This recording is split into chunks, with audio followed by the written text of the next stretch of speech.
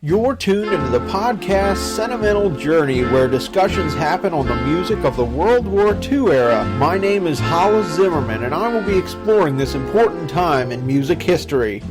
Hello, and welcome to episode 2 of Sentimental Journey. Thank you so much for joining me. Today we are going to examine the big band sound of the World War II era. The 1940s is when Europe was in conflict and the United States government was preparing for a possible war.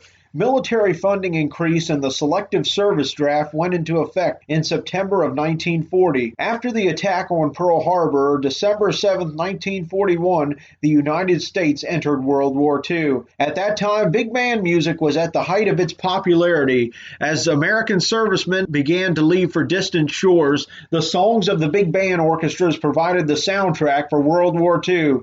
More than often than not, purveyors of swing consisted of large orchestras, often 12 or more musicians, playing arrangements that blended jazz and the popular idiom in such a way that the results attracted both dance and listening audiences. With the onset of the 1940s, the bands first continued marching on. The big powerhouse aggressions fronted by Charlie Barnett, Count Basie, the Dorsey brothers, Tommy and Jimmy Dorsey, Duke Ellington, Benny Goodman, Harry James, Glenn Miller, and Artie Shaw led the way into the new decade, but closed behind the innumerable others with veteran leaders such as Bob Crosby, Xavier Cugat, Jan Garber, Shep Fields, Sammy Kaye, Kay Kaiser, Guy Lombardo, Jimmy Lunceford, Freddie Martin, and Charlie Spivak. From the sweetest to most hardest driving, keeping dancers and record buyers happy. The strike had a major impact on the American musical scene. At the time, union bands dominated popular music. After the strike, and partly as a result of it, the big bands began to decline, and vocalists began to dominate popular music. One unexpected result was the decline of the importance of popular music of the big bands of the 1930s and early 1940s. The strike was not only the cause of this decade, but it emphasized the shift from big bands with an accompanying vocalist to an emphasis on the vocalist with the exclusion of the band. In the 1930s and pre-strike 1940s, big bands dominated popular music. After the strike, vocalists dominated popular music. During the strike, vocalists could and did record without instruments. Instrumentalists could not record for the public at all. As historian Peter Soderbergh put it, until the war, most singers were props. After the war, they became the stars, and the role of the bands were gradually subordinated. The other major cause of the decline of the big bands is the World War II itself, and the resulting loss of big band members to the military, the curtailment of traveling by touring bands because of gasoline rationing, and a shortage of shellac used to make records. It should be pointed out that before the strike there were signs of the increasing popularity of singers that were beginning to reshape the big bands. Smaller groups like quintets and quartets took an important role in the music, but the larger groups to compete often had a band like Tommy Dorsey and the Clambake Seven, Bob Crosby and the Bobcats, and Cab Calloway and the Cab Drivers. The social and economic uncertainty increased the number of smaller groups that evolved and encouraged the exploration of new music formats occurring at the growth and expanse of traditional big band swing music. The booking for many big band swing orchestras who performed regularly at clubs, dance halls, and restaurants had to cut back on their hours of operation with the onset of World War II. The popularity of band vocalists had little effect on falling attendance. Despite the growing signs of the economic difficulties, there were many popular big bands, including Glenn Miller and his orchestra, Les Brown and his orchestra, and Woody Herman and his orchestra, still performing for audiences. One unexpected result of the strike was the decline in popularity of big bands of the 1930s and early 1940s. The strike was not only the cause of this decline, but it hastened the shift from big bands with an accompanying vocalist to an emphasis on the vocalist with the exclusion of the band. In the 1930s and pre-strike 1940s, big bands dominated popular music immediately following the strike. Vocalists began to dominate popular music. Before the strike began, there were signs of increasing popularity of singers that were beginning to reshape the big bands. When Frank Sinatra joined Tommy Dorsey's band in 1940, most selections started with a Tommy Dorsey solo. By the time Sinatra left in 1942, his songs with the band with his singing followed by any solos by Dorsey or others. Glenn Miller was one musician that made a tremendous impact in the World War II era and was one of the prominent figures in big band music. He was born in Clarinda, Iowa, and moved to Fort Morgan, Colorado, and attended the University of Colorado and dropped out to study with Joseph Schillinger in New York City. In the late 1920s through the mid-1930s, Miller played in various bands across the country, working with notable artists such as the Dorsey Brothers, Benny Goodman, some of the King's new type of music, big band jazz. Glenn Miller recorded under his own name in 1934 without much success. However, in 1937, Glenn Miller put his first band together. The band was well received, even playing at the Roosevelt Hotel in New Orleans in the summer of 1937. Internal difficulties led Miller to dissolve that group by the end of 1937, though he quickly came back with a new band in the summer of 1938. The new group Miller organized became known as the Glenn Miller Orchestra. A band sought to have a sound all of its own. It ought to have a personality, he once stated. His formula consisted of a clarinet playing the melody doubled by a tenor saxophone playing an octave lower than other saxes in their harmonic support. He wrote 70 top big band hits in 4 years between 1939 and 1942 with his unique sound, with acclaimed songs such as In the Mood, A String of Pearls, Little Brown Jug, and Moonlight Serenade. In 1939, Glenn Miller, after a lackluster career, boasted a big hit, Over the Rainbow. In 1939, Miller's success on the charts led CBS to offer him and his band a place on the network schedule. He quickly went on to other radio shows such as Sunset Serenade and I Sustain the Wings. On October 7, 1942, Glenn Miller left his musical success to serve his country. At the age of 38, Glenn Miller was too young to be drafted, but volunteered for the Navy. Consequently, he was told that they did not need his services, but in 1942 he enlisted into the U.S. Army Air Force, leaving behind civilian life, but he kept his music career going. Reporting for duty on October 7, 1942, Miller received his formal commission as captain. In November, he was transferred to the U.S. Army Air Corps and was assigned to Maxwell Field, Alabama. By 1943, Miller was named the Director of Bands Training for Army Air Force's Technical Training Command and moved to the USAAF Basic Training Station No. 2 in Atlantic City, New Jersey. As Director of Bands, Miller began to recruit musicians. Any civilian who wanted to play for him in the Army Air Forces simply had to write him a letter of intent and give him details on their skills. He was appointed as captain in the Army Specialist Corps and devoted himself to raising soldiers' morale by modernizing the Army band. He completed his basic training. Glenn Miller organized the Glenn Miller Army Air Force Band. His group kept a busy schedule, over 800 performances, and 300 of them were his personal appearances. 500 of those performances were broadcast, heard by millions of listeners. His performances provided morale and entertained the soldiers. He also sent messages to civilians back home. Glenn Miller formed a network of service orchestras during war effort. On December 15, 1944, Glenn Miller was flying on a plane from the United Kingdom to a performance in Paris, France, to play for soldiers who liberated Paris. The plane that Glenn Miller was flying while flying over the English Channel.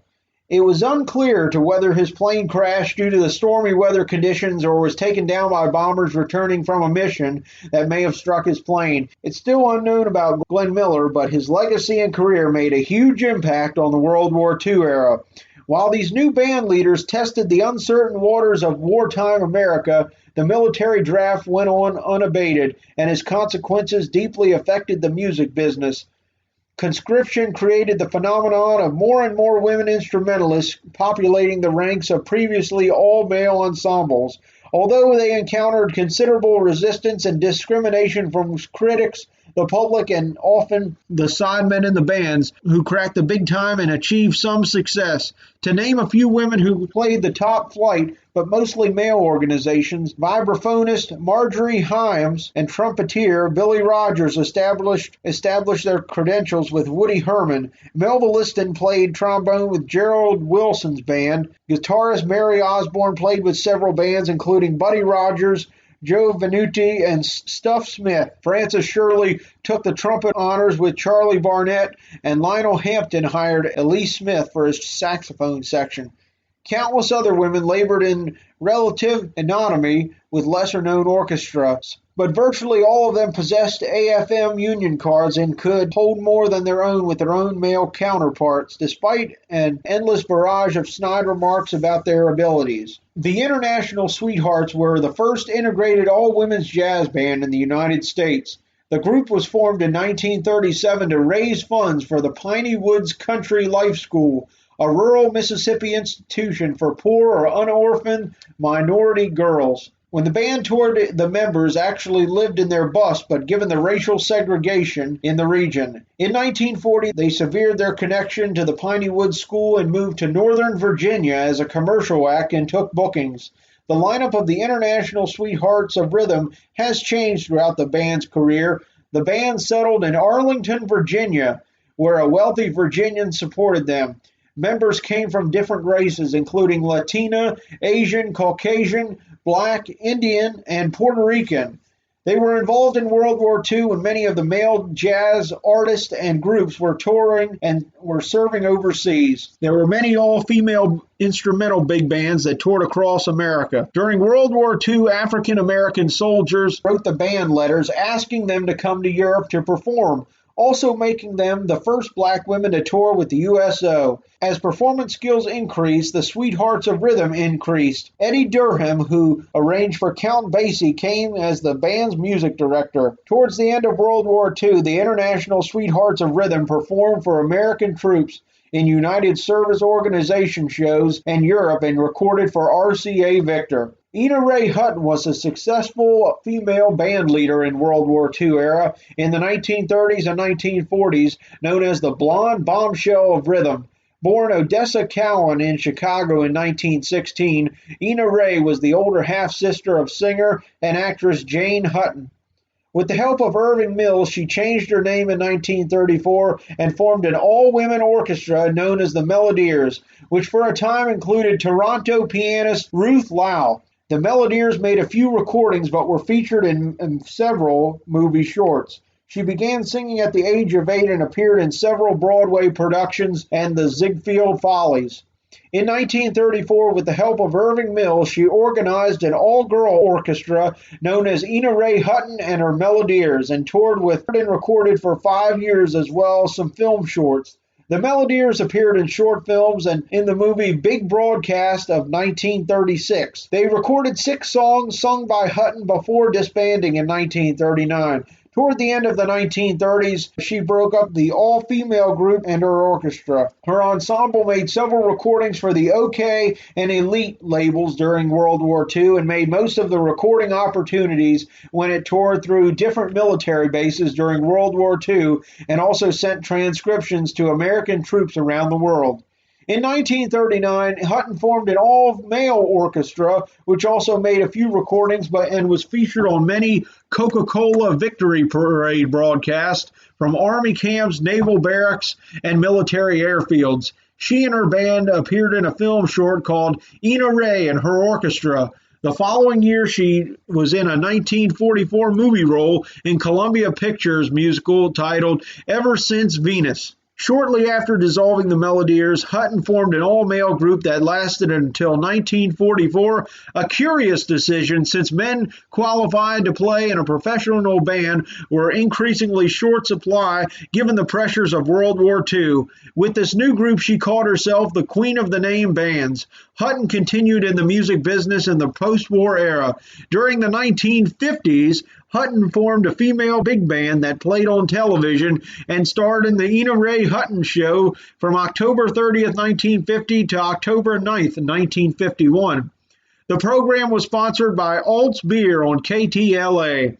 She retired from the music business in 1968. Her last recorded performance came in a 1974 movie called Brother, Can You Spare a Dime? She died at the age of 67 on February 19, 1984 from complications due to diabetes. If nothing else, Hutton legitimized the idea of women performing professionally in orchestras. Their acceptance opened the doors for others, and the later 1930s, early 1940s witnessed a number of new all-girl bands attempting to make a go for it. By the end of World War II, over 400,000 U.S. citizens were lost. The end of the war also caused a lot of celebration for America, and as a matter of fact, celebration songs were recorded like the V-Day Stomp by the Four Clefs.